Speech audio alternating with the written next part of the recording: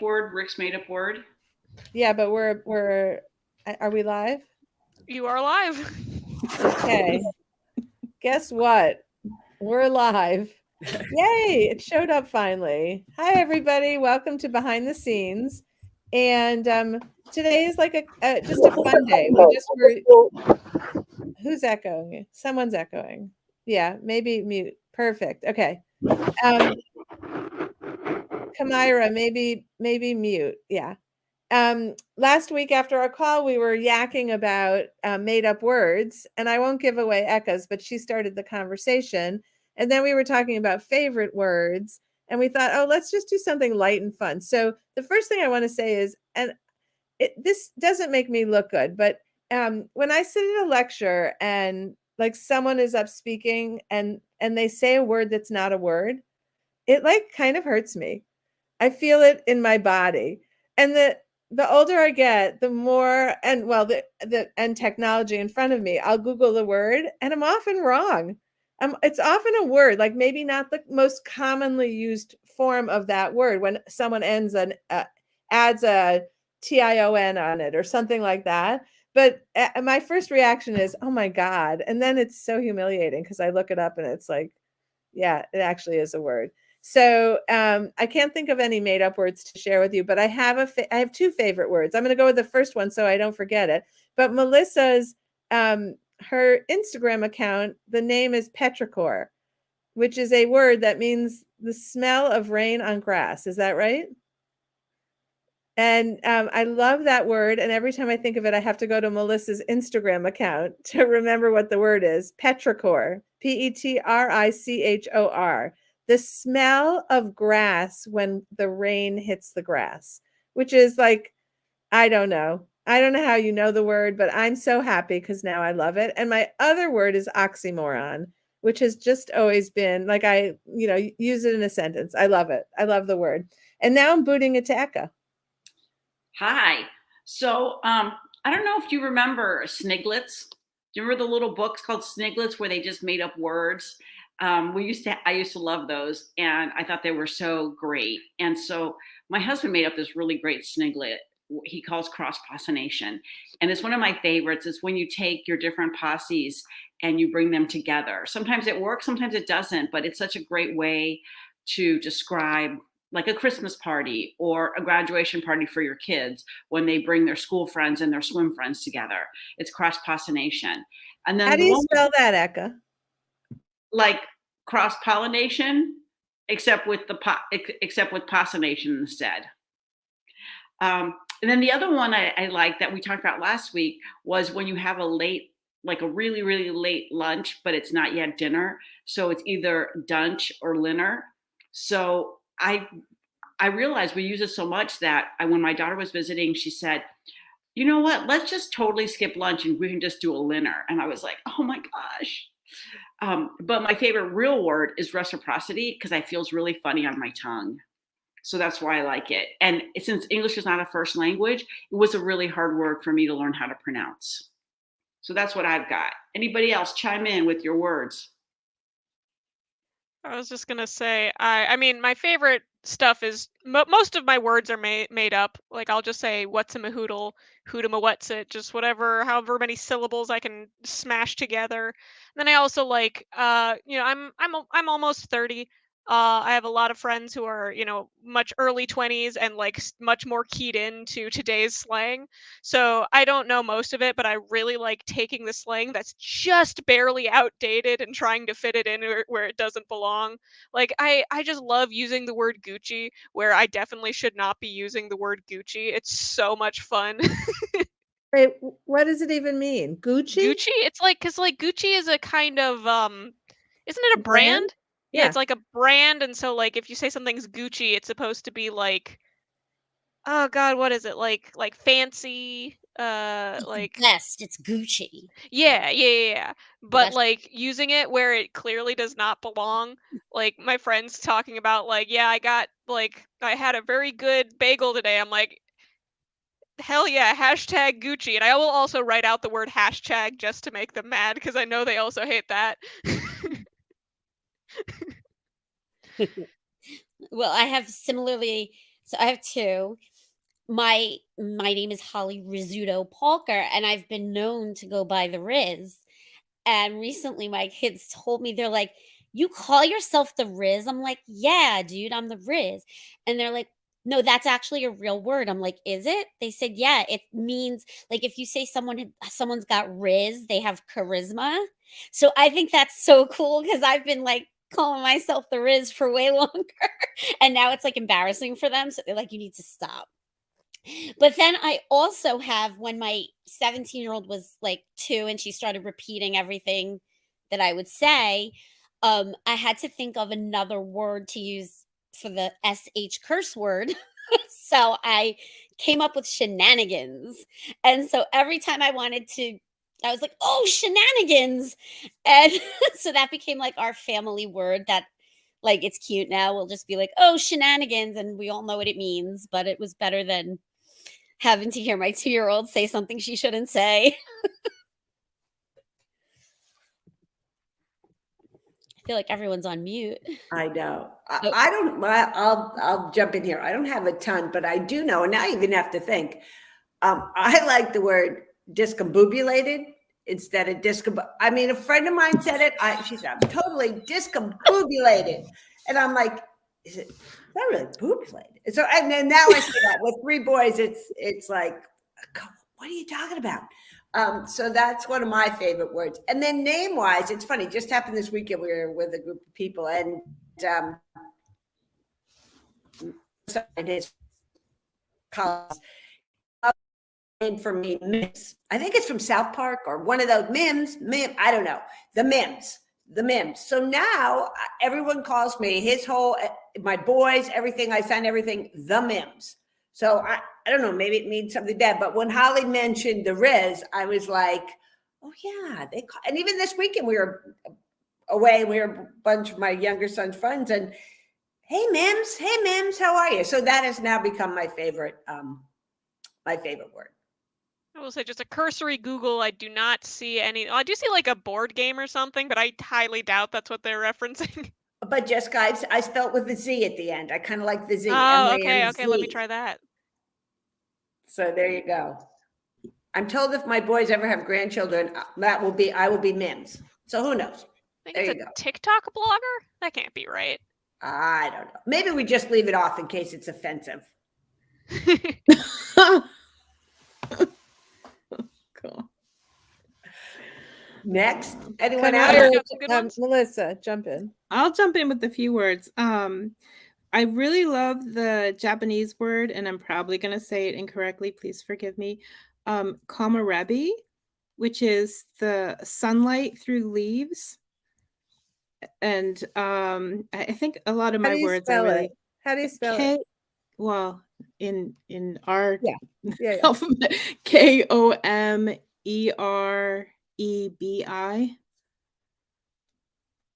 Kamaray? Komarebi. Is there a B? Yeah, Komerebi. I hope I And what does spelled it mean? correctly. It's the play of sunlight through leaves. So deep. Yeah. Melissa, you and your totally poetic words. This is awesome. Okay, Right, here's right, another right. one. And Here's another one. And I This come up one- with discombobulated. I'm going to use that though, Mindy. I'm totally going to use it. And there's another one. There's one from Portuguese. It's called Nefelibata, which means cloud walker. How do you spell it? Again, Melissa. How do you spell it? Nefel Ibata. And then here's one in English. What is it? Wait, what does it mean? Oh, Cloud walker? Cloud walker. Okay, excellent. And and there's another one. No, I'll correct the spelling on that, Nefelibata. There's another one, crepuscular rays. That's like the sunlight that comes through a break in the clouds. I love that. Yeah. How do you spell that one? Crepuscular.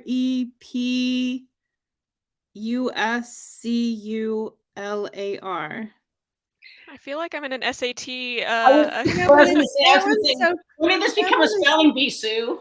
that one is so pretty because I love it's kind of like petrichor. Like I actually love the smell of rain on the grass, but who knew there was a word? And I love when the rays come through. I love Mhm. that. Yeah. Excellent. All right, Kamira, what do you got? Oh yeah, make me go after that. Someone has to. Someone has to. I have one of my favorite words is courtesy of my father, and it's malapropisms, because when I was little, I was the princess of them, and now I am older and I am the queen of them. Malapropism is when you mistake one word in place of another word, and usually what you say ends up being humorous. One of the most famous ones is Yogi Berra, when he used amphibious instead of ambidextrous to describe players.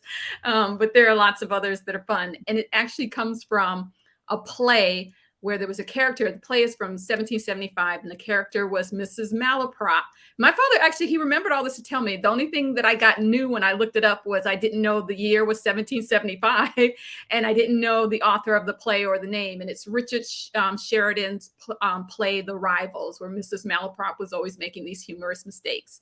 And it just kind of stayed in, it didn't come into the lexicon until like 100 years later or something like that. And then people started using it. So I do it all the time. And then my second one is courtesy of one of my older son's friends. It's a slang. And I found out when the younger one came to me and he's like, "Did you know that the guys call you Mama Duke?" I was like, huh? And it's this slang word that you give to an older woman who you have immense respect for, who you trust with your secrets and stuff. And after I had to look it up, I was like, but they never say it to my face. They only say it about me. And apparently that's the way you're supposed to use it. To the face, they say, Mrs. Brand or mom.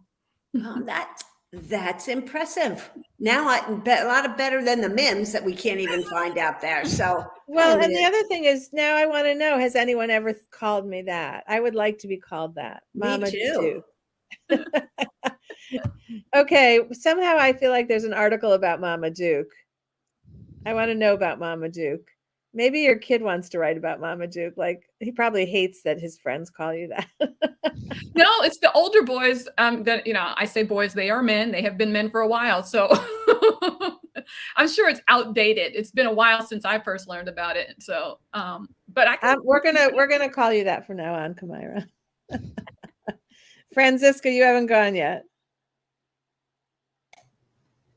Oh, I don't think I have anything really that compares to you guys' words. Obviously, just like Eka, English is not my first language, so there are some words that just don't exist in English that I just kind of, use the German equivalent. So, for example, thinking a word we use a lot here it's called uselig, and it means like a weather that just makes you feel really uncomfortable, that you want to stay in, you want to curl up, but it's not necessarily specifically cold or specific. It's just an overall. How do you spell it, Franziska?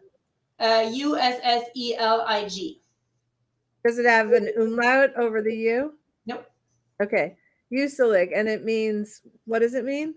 It means just an uncomfortable weather where you don't want to go outside, or where when you go outside, it kind of chills you to the bone, where you just. So there are some like this. I think I have it more really with phrases. Like, I don't know why this phrase stuck with me, but from the movie Love Actually, when he goes to Portugal, and then it kind of turns out the Portuguese woman has learned English, and so he says to her something like, "Oh, so you've studied English," because he tries to speak Portuguese, and she says, "Just in cases." And I just love that phrase so much, because so I say that all the time, like when just in cases. just in cases. I don't know. It's just such a cute phrase that I don't know. Okay, someone have one last thing? I was going to say, when I was a are kid- you allowed to laugh at words when people who are studying your language and don't say it right, say it wrong? Are you allowed to laugh, or is that mean? Just asking for a friend. I think, especially in German, people tell me words all the time that I've never heard. that they are like, oh, this is such a fun German, like, slang word or something. I'm like, no, it's not a word at all. It's just, but, And do you say that to them, or do you just humor them? oh, generally I do say that in a humorous way, And do you say just in cases? Okay, well, we hope you enjoyed it, but we had a great time. Anybody have any final one that came into their mind as someone else was talking? Melissa, you looked like you were jumping in. Oh, I was just going to mention that Just in Case is actually a book series for middle grade readers, in case anyone's interested. Never heard of it. What's it about? A boy named Just in Case. Oh, like, is it Justin? Yeah. Okay, that's awesome. That's so cute. I love that when names, we should have talked about that when names, like I took a writing class after college. We were living in New York City, and it was like one of these adult education things, which seems so funny because I was, still a kid in my head. But I took this class, and one of the things were all the ways the professor was talking about ways kids use language wrong, and one was youth in Asia, like, being driven crazy by YOUTH, living in Asia, like that. And the other one was like doggy dog world, like anyway, it's language is fun. I love language. Well, my mother-in-law used to, when she started taking that echinacea, is that what it's called? Mm-hmm. She always thought of me that I was on a trip to China, echinacea. Love it. So she said that's how they remembered it, because they couldn't. Because remember when it first came out, it was hard to pronounce, or nobody. And so then that's when she started. They would just laugh and just call it echinacea. Okay, so this is such a good plug, because this Wednesday, who's doing this Wednesday? Tuesday. Tuesday? Tuesday or Wednesday? Do you mean tomorrow's Facebook Live? Or do you mean? No. Destination College. Who's doing Wednesday? I'm doing it. We are too. Yeah. Same too. So one of the experts, one of my very favorite experts, is John Bockenstead, and he's at Oregon State, I think. And he has so much wisdom. All three have so much wisdom to talk about what happens after you click submit, and what does the admissions office do with it. It's my favorite. And his name is German, I think, BOECKENSTD, like just all these letters. And he said to me the first time I met him, the way you can remember my name is I am Bach instead. I'm not Beethoven, I'm Bach instead. And I always remember his name. Like, it's excellent. But you would BOECK, Bach instead. Like, anyway, I love those. Thanks everyone for being here with us. We will see you next Monday.